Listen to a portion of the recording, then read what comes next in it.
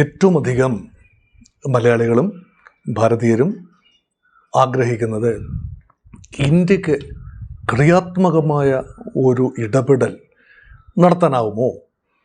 യുദ്ധം അവസാനിപ്പിക്കുന്നതിന് വേണ്ടി, സപ്ലൈ ചെയിനുകൾ പുനഃസ്ഥാപിക്കുന്നതിന് വേണ്ടി, ആത്യന്തിക സമാധാന സ്ഥാപനത്തിന് വേണ്ടി. അതാണ് എല്ലാവരുടെയും നാവിൻ തുമ്പത്തെ ചോദ്യം. പക്ഷെ അതിനു മുമ്പ് ആദ്യം പരിഹാരം കാണേണ്ടത് ഇന്നത്തെ വിഷയമാണ്. അതായത് എണ്ണ പ്രതിസന്ധി അതിരൂക്ഷമാണ്. അതിനെയും വരാനിരിക്കുന്നതേ ഉള്ളൂ. എണ്ണ വില വർധന, എണ്ണയുടെ ദൗർലഭ്യം, നിരത്തുകളിൽ വണ്ടികൾ ഓടാതിരിക്കുന്നു, അങ്ങനെയുള്ള കാര്യങ്ങൾ ഇനിയും വരാനിരിക്കുന്നതേ ഉള്ളൂ. വരാതിരിക്കട്ടെ എന്ന് ആശംസിക്കാം, ആഗ്രഹിക്കാം.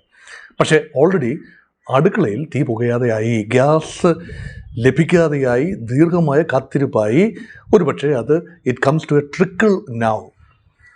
അപ്പോൾ ഇന്ത്യക്ക് അവശ്യമായി ഏതാനും കാര്യങ്ങൾ ചെയ്യേണ്ടതുണ്ട്. അതിൻ്റെ ഭാഗമായി ഏതെങ്കിലും രീതിയിൽ പേർഷ്യൻ ഗൾഫിൽ നിന്നും എണ്ണ ഉപരോധത്തെ മറികടന്നുകൊണ്ട്, അമേരിക്കൻ ഉപരോധത്തെ മറികടന്നുകൊണ്ട്, ഇറാനിയൻ സമ്മർദ്ദത്തെ മറികടന്നുകൊണ്ട് കടത്തിക്കൊണ്ടുവരാനാകുമോ? അങ്ങനെയാണ് 2 കപ്പലുകൾ, നേരത്തെ സൂചിപ്പിച്ച 2 ഇന്ത്യൻ കപ്പലുകൾക്ക്, ഇന്ത്യൻ കൊടിയുള്ള 2 കപ്പലുകൾക്ക് കടന്നു വരാനുള്ള സാഹചര്യം ഒരുങ്ങിയത്. അതുമാത്രമല്ല, ഇറാൻ ഒരു നിലപാടെടുത്തിട്ടുണ്ട്. റഷ്യൻ കപ്പലുകളോ ചൈനീസ് കപ്പലുകളോ ആക്രമിക്കില്ല. ഇന്ത്യൻ കപ്പലുകൾക്ക് ഉൾപ്പെടെ കടന്നു പോകണമെങ്കിൽ ഇറാൻ്റെ പെർമിഷൻ ചോദിച്ചാൽ മതി. അത് ഇന്ത്യ വലിയൊരു അഭിമാന പ്രശ്നമായി എടുക്കാത്തിടത്തോളം കാലം ഇറാൻ്റെ കൃത്യമായ പെർമിഷനോടുകൂടി ഇറാനെ അറിയിച്ചതിന് ശേഷം ഇത് ഇന്ത്യൻ കപ്പലാണ്, ഇന്ന പർപ്പസിനാണ്, ഇന്നതാണ് ചരക്കുകൾ, ഇന്ന സമയത്ത് കടന്നു പോകുന്നു, അതാണ് പ്രധാനപ്പെട്ട കാര്യം. അപ്പോൾ അതിന് തയ്യാറായി എന്നതുകൊണ്ടാണ്. അതുകൊണ്ട് ഇപ്പോൾ ഇതാ ഇന്ത്യൻ വിദേശകാര്യമന്ത്രി ഡോക്ടർ ജയശങ്കറും ഇറാൻ്റെ വിദേശകാര്യമന്ത്രി അബ്ബാസ് അരാക്ചിയുമായി 3 റൗണ്ട് ചർച്ചകൾ ഈ ദിവസങ്ങളിൽ നടന്നു. അത് വളരെ പോസിറ്റീവായ ഔട്ട്കമാണ്.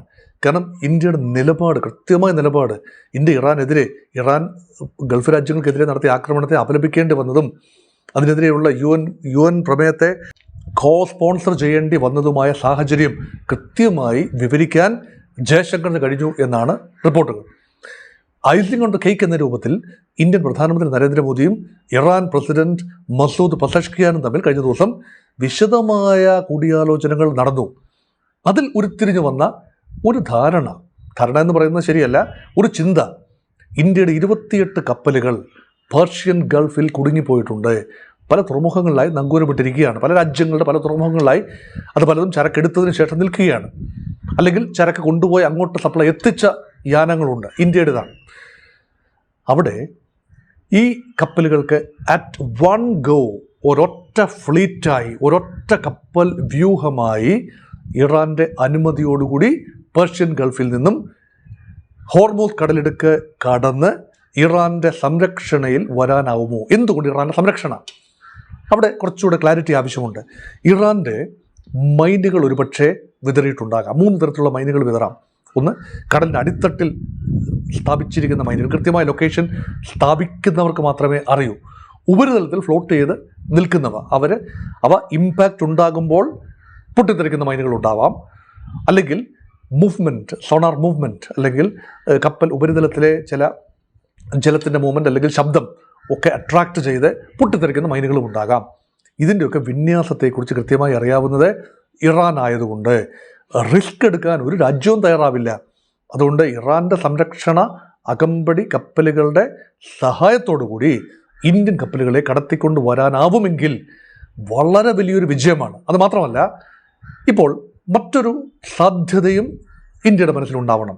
അതായത് ഇന്ത്യയോട് പ്രത്യേകിച്ച് വിരോധം തോന്നിയിട്ട് കാര്യമില്ല ഇറാന്. ഒരു നിലപാടെടുക്കുന്ന കാര്യത്തിൽ ഇപ്പോൾ ഇന്ത്യൻ ഭരണകൂടം വിമർശനം നേരിടുന്നു. കൃത്യമായ നിലപാടുകൾ സമയാസമയങ്ങൾ എടുത്തില്ല.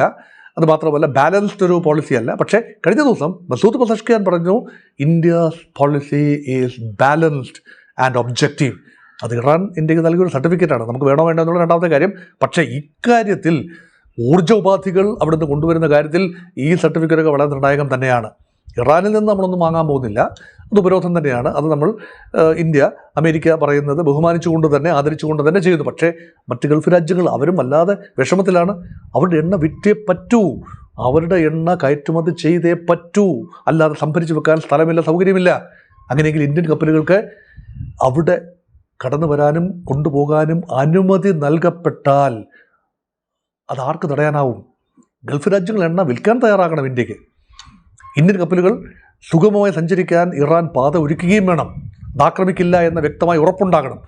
പിന്നെ അതിനെ ആക്രമിക്കാൻ അമേരിക്ക തയ്യാറാകുമോ? ഇന്ത്യൻ കപ്പലുകളെയോ ചൈനീസ് കപ്പലുകളെയോ റഷ്യൻ കപ്പലുകളെയോ ആക്രമിക്കാൻ അമേരിക്ക തയ്യാറാകുമോ? അങ്ങനെ ഉപരോധം വേറൊരു രീതിയിൽ ഇറാന് നേരെ വന്ന ഉപരോധം മറികടക്കാൻ, അല്ലെങ്കിൽ ഇറാൻ ഹോർമോസിന് നേരെ നടത്തിയ ക്ലോഷർ അല്ലെങ്കിൽ ബ്ലോക്കേഡ് അത് മറികടക്കാൻ സെലക്റ്റീവായ രാജ്യങ്ങൾക്ക് അനുമതി ലഭിക്കുന്ന രീതിയിൽ കാര്യങ്ങൾ മുന്നോട്ട് പോയാൽ ഇന്ത്യ ഒരു ബെനിഫിഷ്യറി ആവും. ഇന്ത്യ ഇപ്പോൾ തന്നെ 50-55% ഓയിലും നാച്ചുറൽ ഗ്യാസും കടന്നു വരുന്നത് ഹോർമോസ് കടലിലേക്ക് കടന്നാണ്. അതിപ്പോൾ പെട്ടെന്ന് മാറ്റി. യുദ്ധം തുടങ്ങിയതിന് ശേഷം ഇപ്പോൾ അത് 55-60% ഇപ്പോൾ കടന്നു വരുന്നത് ഹോർമോസ് ഇതര റൂട്ടിലാണ്. അപ്പോഴും ഷോർട്ടേജ് ഉണ്ട്. ഹോർമോസിലൂടെ കടന്നു വരുന്നത് ഇനി നടക്കില്ലല്ലോ, അല്ലെങ്കിൽ ഉടനെ നടക്കില്ലല്ലോ. അത് നടക്കുന്ന കാര്യമാണ് ഇപ്പോൾ പറഞ്ഞു വരുന്നത്, പക്ഷേ ഉടനെ നടക്കില്ല. അത് സാധ്യത ഉണ്ടാകണമെങ്കിൽ ഉണർന്ന് പ്രവർത്തിക്കേണ്ടതുണ്ട്. ഇന്ത്യയുടെ നയതന്ത്രം ഉണർന്ന് പ്രവർത്തിക്കേണ്ടതുണ്ട്. അതുകൊണ്ട് India is treading very cautiously. അതുകൊണ്ട് ഇറാനെ വെറുപ്പിക്കുന്ന പ്രസ്താവനകൾ ഒന്നും തന്നെ ഉണ്ടാകുന്നില്ല എന്ന് ഇന്ത്യ ഉറപ്പുവരുത്തേണ്ട സമയങ്ങളാണ്. അതേസമയം തന്നെ ഇന്ത്യ പറയാനുള്ള നിലപാടുകൾ പറഞ്ഞു കഴിഞ്ഞു. അത് ഇറാൻ്റെ ഒരു കപ്പൽ ഇന്ത്യ അഭയം നൽകുകയും ചെയ്തു കൊച്ചി തീരത്ത്. അതിപ്പോഴും കൊച്ചി തുറമുഖത്ത് നങ്കൂരമിട്ട് കിടക്കുകയാണ്. ഇന്ത്യയുമായി അത്ര ബന്ധം ഇറാൻ ഉള്ളത് കൊണ്ടാണല്ലോ 3 കപ്പലുകൾ വിശാഖപട്ടണത്ത് നാവികാഭ്യാസത്തിന് വന്നത്. അതിലൊരു കപ്പൽ തകർക്കപ്പെടുന്നത് ഇന്ത്യ മഹാസമുദ്രത്തിൽ ഇന്ത്യയുടെ തീരത്തോട് ചേർന്ന് വളരെ വളരെ വളരെ അകലെയല്ലാതെ, ഇന്ത്യയുടെ പരമാധികാര പ്രദേശത്തല്ല കേട്ടോ. അവിടെ തകർക്കപ്പെടുന്നത് തടയാൻ ഇന്ത്യക്ക് കഴിഞ്ഞില്ല. അതിലൊരു ചെറിയ ജാള്യതയും ഉണ്ടാകാം ഒരുപക്ഷെ ഇന്ത്യക്ക്.